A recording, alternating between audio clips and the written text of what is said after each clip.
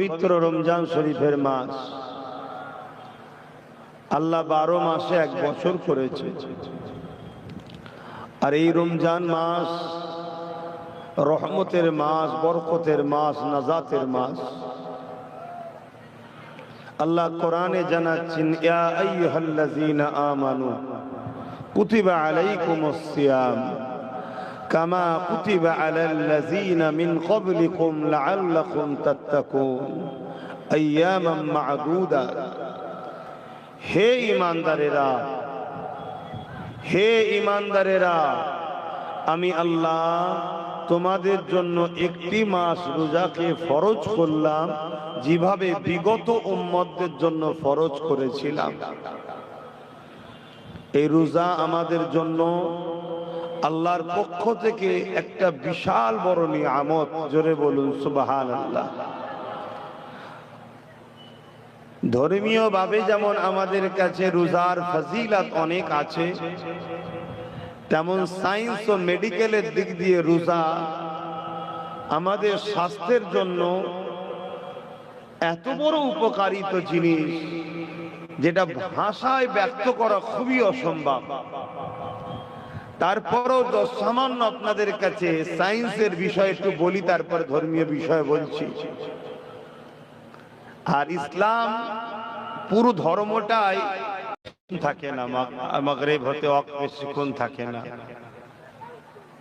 এসেছে একটা বাৎসরিক ইসালে সব হলো, কিন্তু এখন তো ইফতার ও জোয়ার মাহফিল হয়ে গেছে। কখনো যদি আল্লাহ নিয়ে আসে রোজার মাস ছাড়া, তখন বেশি সময় দেনা হয়, দীর্ঘক্ষণ আলোচনা করা যাবে। এখন যত সামান্য সময় দু চার কথা আলোচনা করব। তবে কর্তৃপক্ষ ঘোষণা দিয়েছে বাঁদিকের ভাইগুলোকে, যেটা কবরস্থান, ওখান থেকে আপনারা নিচেই নেমে যান, কেননা বিয়াদবি হবে, আর বিয়াদব কপাল ফাটা হয়। আল্লাহ তাকে হিদায়েতের আলো দেয় না। তাই কবরস্থানের সম্মান, এটা আমাদের দ্বীন ইসলামের অনুসারীদের জন্য একটা ঈমানি দায়িত্ব। এবং যেসব ভাইরা রাস্তায় আছেন, যদি ইরাদা থাকে ঘরে ইফতার করার, এখনই চলে যান। আর যদি এখানে ইফতারের নিয়ত থাকে, তাহলে একসাথে এসে বসেন, কিছু কথা রমজান শরীফ উপলক্ষে আলোচনা করে দোয়া হবে। দোয়ায় শরীক হয়ে একসাথে ইফতার আল্লাহ চাইলে আমরা আদায় করব। বলুন ইনশাআল্লাহ। ইফতারটা কি প্যাকেটে না প্লেটে? প্যাকেট। তাহলে এইভাবে বসলে তো সমস্যা নাই। আচ্ছা, দরুদ শরীফ আল্লাহুম্মা সাল্লি আলা মাওলানা মুহাম্মদ ওয়া আলা আলিহি।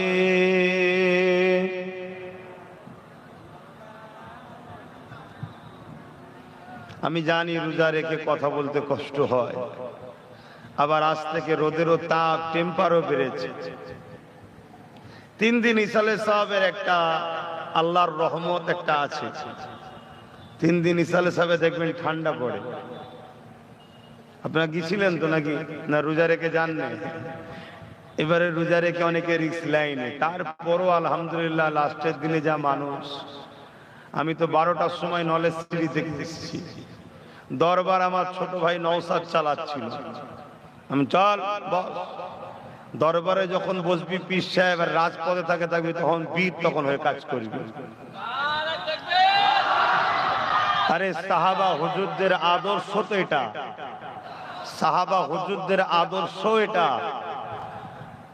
তারা যেমন মসজিদে দাঁড়িয়ে খুতবাও দিয়েছে, ইমামতিও করেছে, দ্বীনের প্রচারও করেছে, আবার জালিমদের বিরুদ্ধে উলঙ্গ তরোয়াল নিয়ে লড়াই করে জালিমদের ঘরে খতম করে, নিরীহ গরিব মানুষদের ঘরে হাসি ফুটিয়েছে মুখে। জোরে বলুন সুবহানাল্লাহ।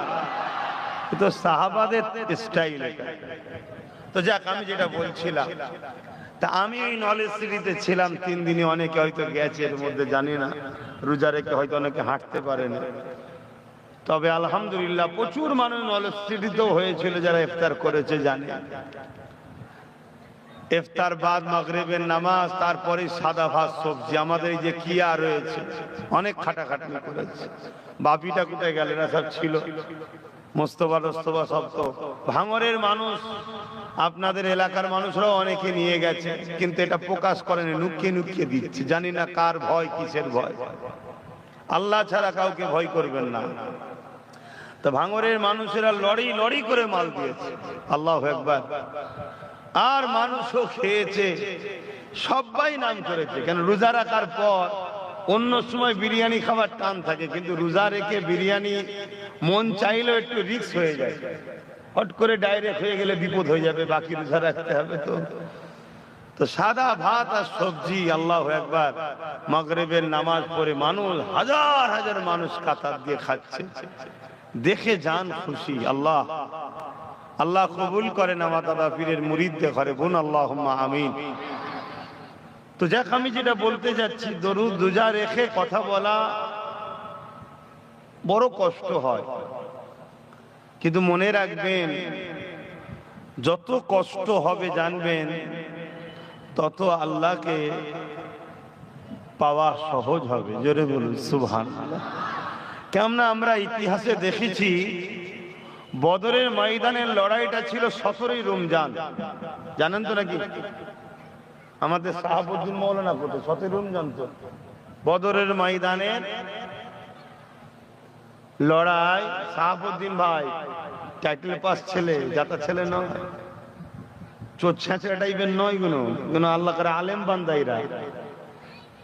আর আলেমদের কাতারে কিয়ামতের দিন 70,000 লোক জান্নাতে যাবে। জোরে বলুন সুবহানাল্লাহ। হ্যাঁ, আলেমদের ইজ্জত কে দিয়েছে?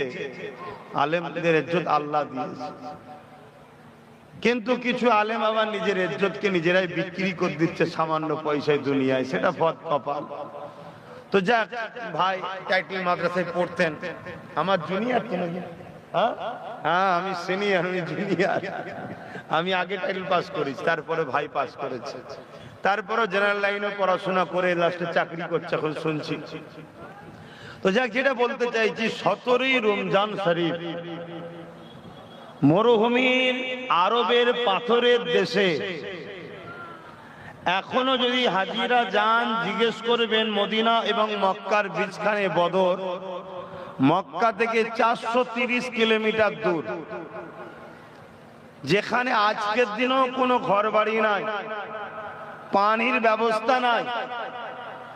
আজ থেকে 1400-1500 বছর আগের কথা ভাবেন, তখন তার কত গরম, কত কঠিন পরিস্থিতি ছিল।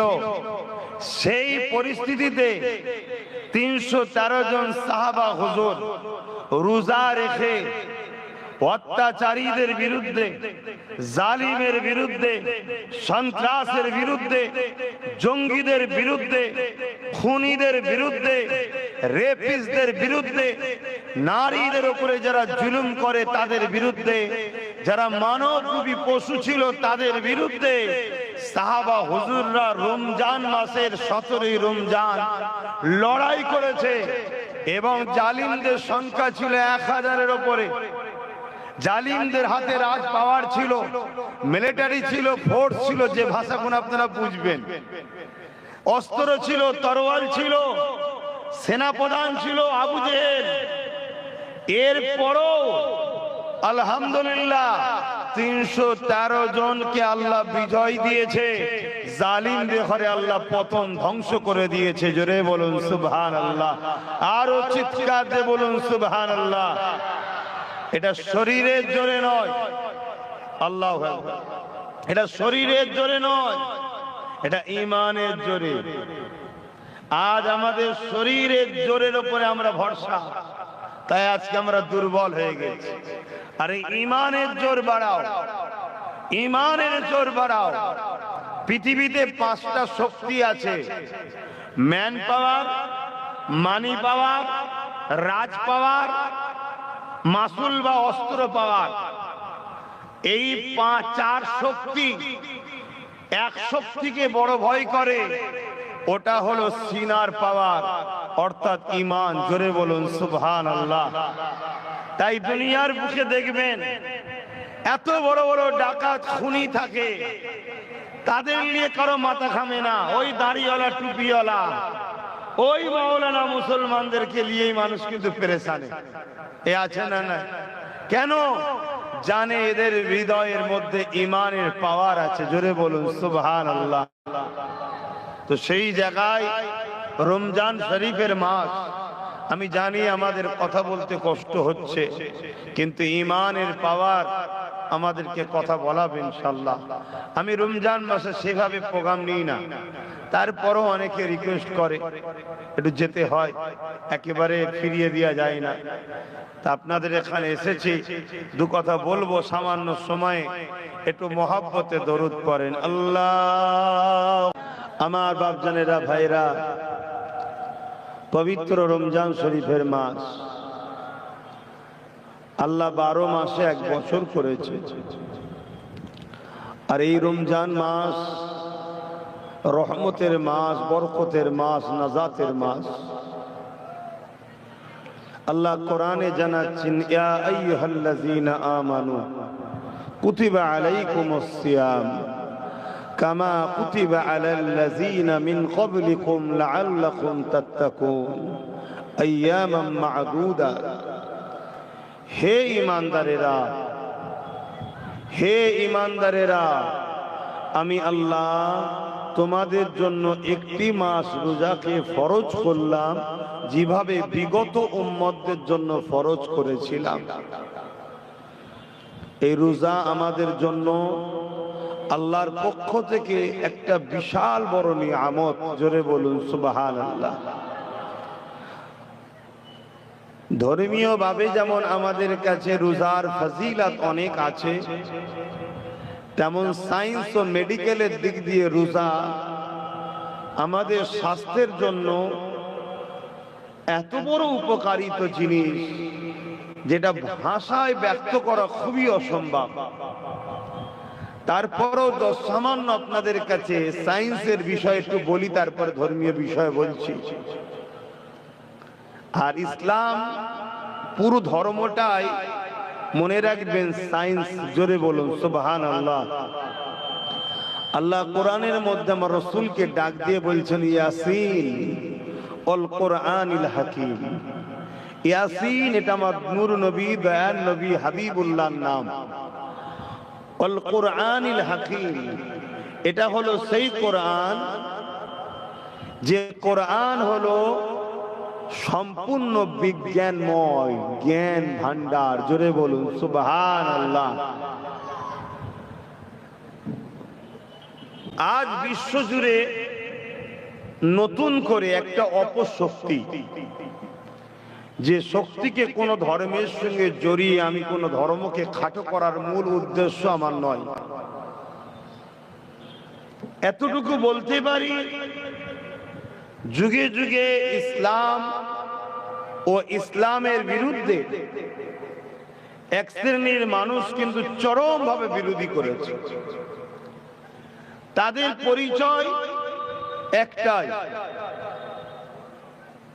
যারা এই সমাজের মধ্যে মানব রূপী পশু, তারাই ইসলামের যুগে যুগে বিরোধী করেছে। মানা না মানা আলাদার বিষয়। আমার দেশে অনেক মহামনীষী এসেছে যারা অমুসলিম ধর্মের ছিল, কিন্তু তারা ইসলামের বিরোধী করেনি, তারা মানেনি, তাদের কপালে আল্লাহ হিদায়াত রাখেনি। কেন? কোরআনেই আছে, খতামাল্লাহু আলা কুলুবিহিম, যাদের অন্তরে আল্লাহ মোহর মেরে দেয় তারা হিদায়াত হতে পারে না, কিন্তু তারা বিরোধী করেনি। কিন্তু বিশ্বজুড়ে আমরা দেখছি এক শ্রেণীর মানুষ যুগে যুগে ইসলামের বিরোধী করেছে। আর ইসলামের সবথেকে বড় বিরোধী 2 শ্রেণীর মানুষ করেছে। এই কথাগুলো একটু মন দিয়ে শুনবেন, সবাই শুনছেন তো? 2 শ্রেণীর মানুষ। নাম্বার 1 হলো জালিম অত্যাচারী শাসক, ইতিহাস শোনাচ্ছি আপনাদের ঘরে এবং তারিখে হাদিস। আমার উলামা ভাই যারা আছে তারা আরো ভালো বুঝবে। ইসলামের সব থেকে চরম বিরোধী যুগে যুগে জালিম শাসক যারা ছিল তারা ইসলামের বিরোধী করেছে। সেটা হতে পারে ফেরাউন, হতে পারে নমরুদ, হতে পারে সাদ্দাত, হতে পারে আবু জেহেল, হতে পারে উতবা, হতে পারে বুশ, হতে পারে চেঙ্গিস খান, হতে পারে হিটলার, হতে পারে হাতবা আকবর, বা হতে পারে আজকের দেশে আমার রাষ্ট্রে বা আমার রাজ্যে যারা রয়েছে তারা। কথা মাথায় ঢুকছে না? ঢোকে না? জালিম যারা শাসক ছিল তারাই যুগে যুগে ইসলামের কিন্তু চরম ভাবে বিরোধী করেছে। কেন? ইসলামের মূল লক্ষ্য দুটো, অন্যায়কে মেটাও, ন্যায়কে প্রতিষ্ঠিত করো। তাই অন্যায়কারীরা সর্বসময় ইসলামের বাতিকে বন্ধ করতে চেয়েছে, কারণ ইসলামের আলোতে অন্যায়কারীরা তারা ধরা পড়ে যায় বারবার। আমি বুঝাতে পারছি আপনাদেরকে না? পেটের খিদেতে মেমোরি কাজ করছে না? হ্যাঁ, তাহলে এত ডিপ ঢুকে লাভ নেই, বুঝবে না, বেকার সমালোচনা হবে।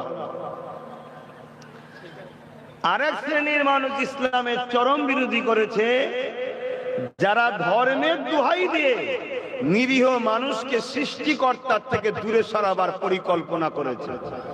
তারা ইসলামের যুগে যুগে বিরোধী করেছে। এই দুই শ্রেণী সর্বসময় একসাথে বন্ধুত্ব ভাবেই চলে।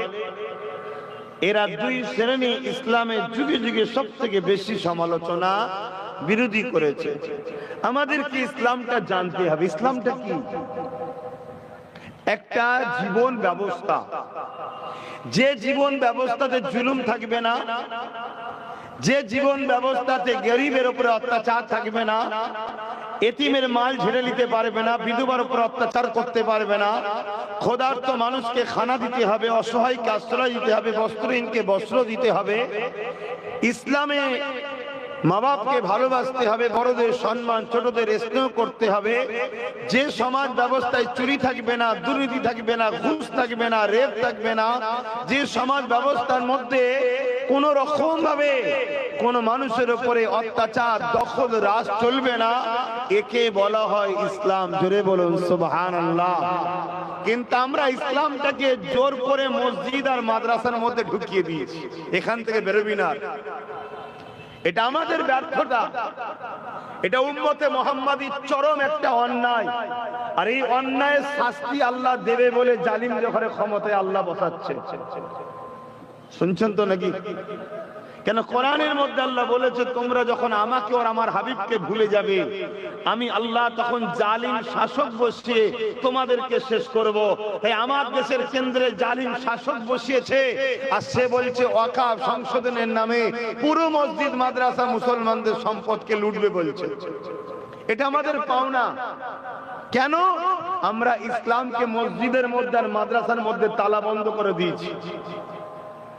ইসলাম আমাদের রাষ্ট্র জীবনে নাই, ইসলাম আমাদের সমাজ জীবনে নাই, ইসলাম আমাদের পরিবার জীবনে নাই, ইসলাম আমাদের মানব বন্ধন জীবনে নাই। আরে অমুসলিমকে ভালোবাসার নাম ইসলাম। ক্ষুধার্ত যদি অমুসলিম হয় তাকে খানা খাওয়াবার নাম ইসলাম। অমুসলিমের যদি পরনার কাপড় না থাকে তাকে কাপড় দিবার নাম ইসলাম। কোন মুসলিম দাবিদার যদি অমুসলিমের উপরে জুলুম করে, ওই অমুসলিম মজলুমের পাশে দাঁড়িয়ে মুসলিম নামধারীর বিরুদ্ধে লড়াই করার নাম ইসলাম। আমরা তো ইসলামকে বুঝলাম না, আমরা ইসলামকে দাড়ি, টুপি, নামাজ, রোজার মধ্যে সীমাবদ্ধ করে দিলাম। তাই আজকে আমাদের মুসলিম সমাজ আজকে এত ধ্বংসের দিকে চলে যাচ্ছে। আমি জানি রোজার নামও ইসলাম, কিন্তু রোজাটা কেন হয়েছে? ক্ষুধার্ত মানুষের কত কষ্ট, এটা বুঝাবার জন্যই তো আল্লাহ রোজা রেখেছে, যে দেখো তুমি এক মাস না খেয়ে কত কষ্ট পাচ্ছ। তোমার সমাজে লাখো মানুষ আছে যারা সারা বছর ঠিকভাবে খেতে পায় না, একবেলা পায় তো 3 বেলা পায় না। তুমি সেই কষ্টটা উপভোগ করো। তুমি ধনী, যাকাতটা গরিবকে দাও, এর জন্যই তো রোজা। হ্যাঁ, আরো অনেক সাইট আছে রোজার, কিন্তু আমি যেটা বুঝাতে চাইছি সেটা হলো এটাই যে ইসলামকে আমরা বুঝতে পারলাম না। আজ যখন আমার মতো ক্ষুদ্র একটা ছেলে এক প্রান্তে একদিকে দাঁড়িয়ে অপর প্রান্তে হাজারো ভাড়াটিয়া মুফতি মাওলানা আমার বিরুদ্ধে, আমার কথা সমাজে প্রযোজ্য হওয়াটা খুবই দুঃখজনক, খুবই কষ্টদায়ক। কিন্তু আলহামদুলিল্লাহ এরপরও হক কথা বলতে হবে। কেন মুজাদ্দিদ জামান দাদা হুজুর রহমাতুল্লাহ আলাইহি তিনি যখন হক কথা বলতে শুরু করেছিলেন, ওই সময়ে সেই শোনার মানুষরা বলেছিল যে আপনি একা একদিকে, বাকিরা সব আর একদিকে, আপনার একার কথা কত দূর পর্যন্ত যাবে? মুজাদ্দিদুজ জামান বলেছিলেন ফাইসাল্লাহ আমার হাতে নাই, ফাইসাল্লাহ আল্লাহর হাতে। আমার কাজ কুনতুম খায়রা উম্মাতিন উখরিজাত লিন-নাস তা'মুরুনা বিল মা'রুফ ওয়া তানহাউনা আনিল মুনকার। অন্যায়ের বিরুদ্ধে ন্যায়ের পক্ষে আমাকে দাঁড়াতে হবে, এটা আল্লাহকে দেখাতে হবে, এটাই আমার কাজ। জোরে বলুন সুবহানাল্লাহ, আরো চিৎকার দিয়ে বলুন সুবহানাল্লাহ। অতএব কে কি ভাবছে, কে কি করছে, ওটা আমার জানার বিষয় নয়। আমার জানার বিষয় হলো আমার রাসূলের রেখে যাওয়া ইসলামের মেসেজ আপনাদের কাছে দেওয়া। এক ইহুদি আমার নবীর দরবারে আসলেন, এসে বলছেন মুহাম্মদ সাল্লাল্লাহু আলাইহি ওয়াসাল্লাম ইসলামের সবথেকে ভালো কাজ কি? আল্লাহর নবী বললেন ক্ষুধার্ত মানুষকে খানা খাওয়ানো। জোরে বলুন সুবহানাল্লাহ। ওই ইহুদি জিজ্ঞাসা করলো, হে আব্দুল্লাহর বেটা মুহাম্মদ সাল্লাল্লাহু আলাইহি ওয়াসাল্লাম শুধু মুসলিম? আল্লাহর নবী বললেন আমি কি বলেছি? মানুষ, মুসলমান বলিনি।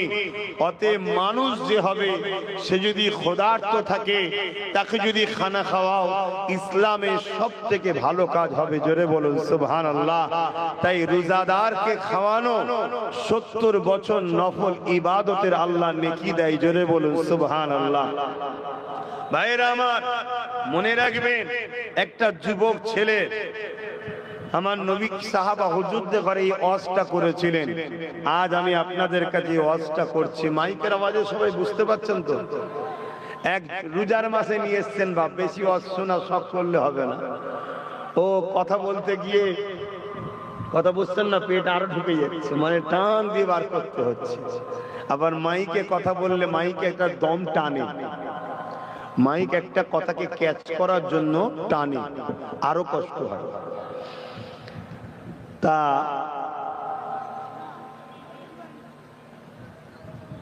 একটু শোনেন, কথা না বলে। একটা যুবক, আল্লাহ নবী বললেন কিয়ামতের দিনে একটা যুবককে আল্লাহ তুলবে। যুবকরা শোনো, তোমরা জীবনে কোনোদিন জালিম হবে না, এটা মাথায় রেখে দাও। আর জালিমের সাথ দেবে না। সে জালিম যদি তোমার ভাইও হয়, সে জালিম যদি তোমার আব্বাও হয়, সে জালিম যদি তোমার স্বামীও হয়, জালিমের সাথ দেবে না। কেন? জালিমের সাথে আল্লাহ নেই, এটা মাথায় ঢুকিয়ে লাও। হ্যাঁ, বান্দাকে এই সময় জিজ্ঞাসা করতে লাগবে, ওরে আমার বান্দারে, তোর একটা ভালো কাজ পেয়েছি, বল তুই কোথায় যাবি বল। ওই সময় বান্দা বলতে লাগবে, আল্লাহ পাক আপনি যদি দয়া করে আমায় জান্নাতে দেন তবে আমি জান্নাতে যেতে পারবো। আমার আল্লাহ বলছে, বান্দারে তোর ভালো কাজটা কি জানবি না? আল্লাহ পাক আমার তো খেয়ালই নাই। ওই সময় আল্লাহ বলতে লাগে, ওরে আমার বান্দা, দুনিয়া জমিনে তুই একদিন প্রচন্ড গরমের সময়, মন দিয়ে শুনবেন, এক ব্যক্তি তার গৃহপালিত পশুকে একটা ছায়াতে গাছের তলাতে বেঁধেছিল। সূর্য অন্য দিকে ঢলে যাওয়ার জন্য, পশ্চিম দিকে সূর্য ঢলে যাওয়ার জন্য ওই ছায়াটা যখন চলে যায়, আর ওই গৃহপালিত পশুটা ওই সূর্যের তাপেতে গরমে পিপাস সাথে জিভ বাহির হয়ে গিয়েছিল।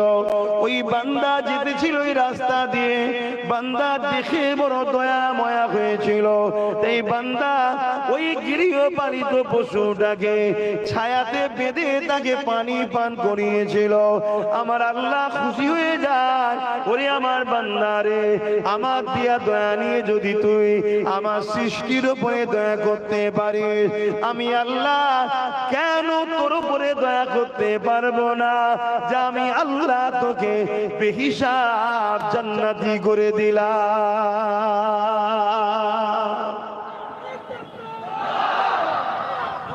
আল্লাহ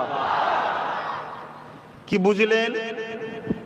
একটা অবালা পশুকে গাছে থেকে ছায়াতে বেঁধে রোদ থেকে পানি পান করানোর জন্য আল্লাহ খুশি হয়েছে যে আমার দিয়া দয়া নিয়ে তুই যদি দয়া দেখাস, আমি তো সৃষ্টিকর্তার দয়ার মালিক, তোকে কেন দয়া দেখাবো না? যা জান্নাতে যা। আল্লাহ যদি একটা অবালা পশুর উপরে দয়া দেখানোর জন্য জান্নাত দেয়, আমরা মানুষ হলো শ্রেষ্ঠ মখলুক। কোন গরিব, কোন অসহায়, কোন এতিম, কোন বিধবা, কোন মজলুমে মানুষের পাশে যদি দাঁড়ায়, আল্লাহ আমাদের উপরে দয়া দেখাবে না? দেখাবে না? কথা বলুন, দয়া দেখাবে না? দেখাবে না? অতএব আল্লাহকে খুশি করার জন্য আমাদের জান মাল সব কুরবান হয়েছে, আগামীতেও কুরবান করতে হবে। জোরে বলুন ঠিক না বেঠিক? বলুন ইনশাআল্লাহ। আল্লাহ কবুল করে বলুন আল্লাহুম্মা আমিন। কেন দুদিনের দুনিয়া, এটা দুদিনের দুনিয়া। রমজান শরীফের মাস, গরিবদেরকে বেশি বেশি করে দেবেন, এতিমদের দেবেন, পরনার কাপড় অসহায় গরিবদের ঘরে দেবেন, ইফতারের ব্যবস্থা করবেন। এটা অনেক ফজিলতের কাজ। আমি রোজা নিয়ে কথা বলতে গিয়ে অন্যদিকে চলে গিয়েছিলাম। কেন আজ পুরো বিশ্ব জুড়ে ইসলামের বিরুদ্ধে ষড়যন্ত্র করছে। বিশেষ করে আমাদের প্রতিবেশী দেশ, আমার দেশের দুশ্মন দেশ চাইনা, চীন, যারা আমার দেশের একটা বড় অংশ জায়গাকে দখল করে নিয়েছে। সেই চাইনা জোর করে ওখানকার মুসলমানদেরকে রোজা রাখতে দিচ্ছে না। অথচ রোজা মানুষের স্বাস্থ্যের জন্য কত উপকার দেখুন। মেডিকেল বলছে লিভার, ফ্যাটি লিভার তৈরি হচ্ছে। এই ফ্যাটি লিভারের হাত থেকে বাঁচার সব থেকে উত্তম উপায় হলো রোজা। জোরে বলুন সুবহানাল্লাহ। মানুষের পিত্তথলি গরম হয়ে যায়, ওই পিত্তথলিকে রেস্ট দিবার জন্য সব থেকে উত্তম পন্থা হচ্ছে রোজা। জোরে বলুন সুবহানাল্লাহ। মানুষের শরীরের মধ্যে আজকের দিনে সব থেকে মারাত্মক যে ভাইরাস ক্যান্সার, ওই ক্যান্সারের পোকাকে দমন করার জন্য সব থেকে উত্তম পৃথিবীর বিখ্যাত ডাক্তার বলছে সেটা হলো রোজা। জোরে বলুন সুবহানাল্লাহ। মনে রাখবেন, সায়েন্স বলছে 20 থেকে 25 দিন, 15 থেকে 16 ঘন্টা না খেয়ে থাকলে ক্যান্সারের পোকাগুলো দুর্বল হয়ে যায়, মানুষকে ক্ষতি করতে পারে না। আলহামদুলিল্লাহ, 1500 বছর আগে সৃষ্টিকর্তার পাঠানো শতশেষ প্রফেট, রসুল, মেসেঞ্জার, আওতার হযরত মুহাম্মদ সাল্লাল্লাহু আলাইহি সাল্লাম, তিনি আমাদেরকে এক মাস রোজা রাখার শিক্ষা দিয়ে গেছেন। জোরে বলুন সুবহানাল্লাহ। মনে রাখবেন, আমাদের মোবাইলগুলোতে ভাইরাল ঢোকে, ভাইরাস। সমাজে ভাইরাস আছে না, ওই ভাইরাল ঢোকে। টিক টিক, তখন কি করি আমরা? ওই মোবাইলকে দোকানে নিয়ে যাই, সার্ভিস সেন্টারে নিয়ে গিয়ে বলি, সার্ভিস সেন্টার ওয়ালারা বলে ভাইরাস হয়েছে, অ্যান্টিভাইরাস মারতে হবে। একটা সফটওয়্যার মারলো, মোবাইল আবার নতুন হয়ে গেল, ফ্রি হয়ে গেল, ভাইরাস চলে গেল। তা আমাদেরও 11 মাস এই শরীরে নানান খাদ্য যায়, ওই খাদ্যের সাথে হাজার রকম বিষ যায়, হাজার রকম ব্যাকটেরিয়া যায়, হাজার রকম ভাইরাস যায়, হাজার রকম জাম যায়। এটা শরীরের জন্য ক্ষতিকারক হয়, শরীর হ্যাং হয়ে যায়। এই শরীরকে এক মাস রোজা আল্লাহ অ্যান্টিভাইরাস দিয়েছে। এক মাস রোজা রাখলে শরীর আপডেট হয়ে আবার 1 বছরের জন্য সুস্থ শরীর গিফট হয়। জোরে বলুন সুবহানাল্লাহ। আরো চিৎকার দিয়ে বলুন সুবহানাল্লাহ। এটা সায়েন্স বলছে, বিজ্ঞান মেনে নিয়েছে। আমার রসুল বলেছেন বিজ্ঞান আজকে মেনে নিয়েছে যে মুহাম্মদ সাল্লাল্লাহু আলাইহি ওয়াসাল্লাম যা বলছে সবই সত্য। কেন সত্য হবে না? মুহাম্মদ রাসূল তিনার কথা বলে যিনি কায়নাতের স্রষ্টা আল্লাহ। জোরে বলুন সুবহানাল্লাহ। লিল্লাহি মা ফিস সামাওয়াতি ওয়া মা ফিল আরদ। জমিন আসমানের একজন সৃষ্টিকর্তা, দুজন নয়, তিনজন নয়, একের অধিক নয়। প্রভু একজন, রব একজন, খালেক একজন, সৃষ্টিকর্তা একজন, তিনি হলেন আল্লাহ। জোরে বলুন সুবহানাল্লাহ। তো ভাইয়েরা আমার, আজ আমার নবী পাক সাল্লাল্লাহু আলাইহি সাল্লাম হাদিসে কুদসির মধ্যে জানাচ্ছেন, মান রাদিয়া, হাদিসে কুদসির মধ্যে জানাচ্ছেন আমার আল্লাহ, as-sawmu li ওয়া আনা আযজি বিয়াদিয়া, রোজা হলো আল্লাহর খাস ইবাদত। জোরে বলুন সুবহানাল্লাহ। আল্লাহ বা রোজা না দিয়াকে কিয়ামতের দিনেতে নিজের কুদরত দিয়াতে পুরস্কৃত করবে বলেছেন। কিয়ামতের দিনেতে জান্নাতের একটা দরজা থাকবে, ওই দরজাটার নাম হলো বাবুসাল। ওই রোজা দিয়ে রোজাদাররা যেতে লাগবে। এই যুবকেরা কিয়ামতের কঠিন দিনেতে যেদিন মাথার এক বেগ দেখতে লেখা তো পড়ে আল্লাহ বা সুযোগে নাপিয়ে দেবে, মানুষগুলো নাফসি নাফসি করতে লাগবে। ওই কিয়ামতের দিনে আল্লাহ নবী জানিয়ে দিলেন বাবারা, ওই দিনেতে দেখা যাবে আরশে আজিমের উপরে একদল মানুষ জান্নাতি লাগবে। এটা দেখে ফেরেশতারা জিজ্ঞাসা করতে লাগবে, ও রব্বি আল্লাহ এগুলো কারা? আল্লাহ পাক জানিয়ে দেবে, এরা হলো আমার দুনিয়া জমিনে রোজাদার বান্দা বান্দি। আরো জোরে বলুন সুবহান। তাহলে রোজাদারদের ঘরে আল্লাহ কিয়ামতের দিন জান্নাতের খানা খাওয়াবে। রোজা রাখবেন তো নাকি? রাখছেন তো নাকি? আলহামদুলিল্লাহ। আজকাল কিছু লোক বেরিয়েছে রোজা রাখে না, মুসলিম দাবিদার, রোজা রাখেন। আবার মুসলমানদের বড় বড় সব কি বলে, মাসিহা হয়েছে, মাসিহা, মাসিহায়ে দাজ্জাল। বুঝতে পারছেন না? মাসিহা হয়েছে বড় বড় সব, রোজা রাখে না, মাথায় টুপি দিয়ে আর এসে বসে যায়। আবার বড় বড় সব ইফতার পার্টি দেয়, দাওয়াত ইফতার পার্টি। বাপরে বাপ, কথা বুঝে আসছে? খবরদার, ইফতার পার্টিতে যাবেন না। জান নাকি আপনারা? হ্যাঁ, ইফতার পার্টিতে গেলে ইফতারকে নিয়ে, রোজাকে নিয়ে ছিলিমিলি খেলা হবে। ইসলামকে পালন করতে পারেন না, হালকা বয়সে কবিরা গুনাহ হচ্ছে, তওবা করলে আল্লাহ মাফ করে দেবে। জোরে বলুন সুবহানাল্লাহ।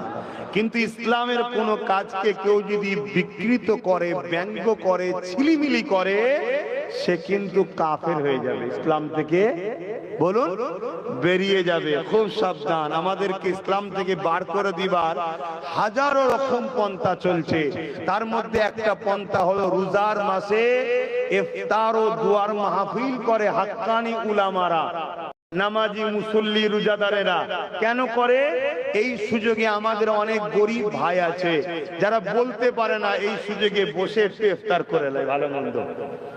কথা বুঝে আসছে? এটা ভালো কাজ, যাবেন। কিন্তু এইটাকে টালি করে যারা ফলের দাম বাড়ায়, ওই বদমাইশ শয়তান গুলো আবার ইফতার পার্টি দেয়। শুনছেন না শোনেন না? সেখানে দেখবেন এসে শরিয়াত বিরোধী কর্মকাণ্ড হচ্ছে। আমি রিসেন্ট দেখেছি একটা ইফতার পার্টিতে একটা কোন নেতা মরে গেছে না বেঁচে আছে জানি না, শয়তানগুলোকে তো চিনিও না আমি, অত ওদের খোঁজ খবর রাখি না তো ভাই, সময় কথা বলেন না। তার দেখি ফটো রেখেছে, ফটোই মালা দিচ্ছে। ভাই ফটোই মালা দিয়া বা ফটো ইসলামে কি জায়েজ আছে? একটু বলুন বলুন। তাহলে ইসলামের নামে ডেকে ইফতারে পার্টির নামে সেখানে কি সংস্কৃতি শিখানো হচ্ছে? ইসলামের পক্ষে না বিরুদ্ধে? এই সংস্কৃতিটা যখন আগামী দিন চলে যাবে, অরিজিনাল ইসলাম ব্যান্ড হয়ে যাবে, এটা সমাজের মধ্যে আগিয়ে যাবে। তাহলে এরা ইসলামকে মিটাবার পরিকল্পনা করছে না, করেনি? অতএব এদেরকে কোনোভাবে সাপোর্ট করা ইসলামে জায়েজ নয়, হারাম। এদেরকে সাপোর্ট করলে ঈমান থাকবে না, ঈমান থাকবে না। আমি গল্প বলছি নি বাপ, আমি তো এত বড় বড় কথা বলি। চলো চ্যালেঞ্জের ময়দানে আসো না, কোন মুফতি মাওলানা আছো দালালি করে আমার মোকাবেলায় আসবে? আসো। আজ পর্যন্ত কেউ চ্যালেঞ্জের মোকাবেলায় এসেছে? এক কথা বলে আসতে পারবে না।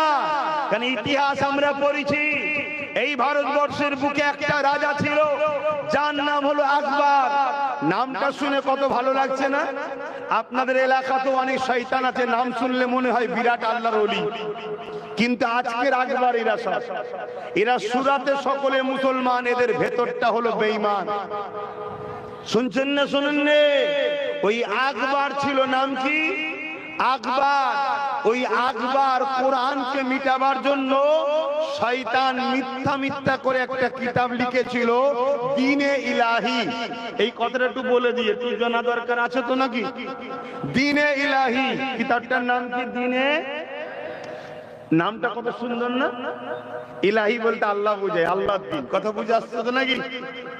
কিন্তু কোনটাকে মিটাতে চাইছে বলুন? কোরআন শরীফকে। আজকে নাম দিয়েছে ইফতার পার্টি বা দাওয়াতে ইফতার। নামটা ভালো না খারাপ? খাওয়াবে কিন্তু সেই ফলটলি, কিন্তু উদ্দেশ্য আকবরের।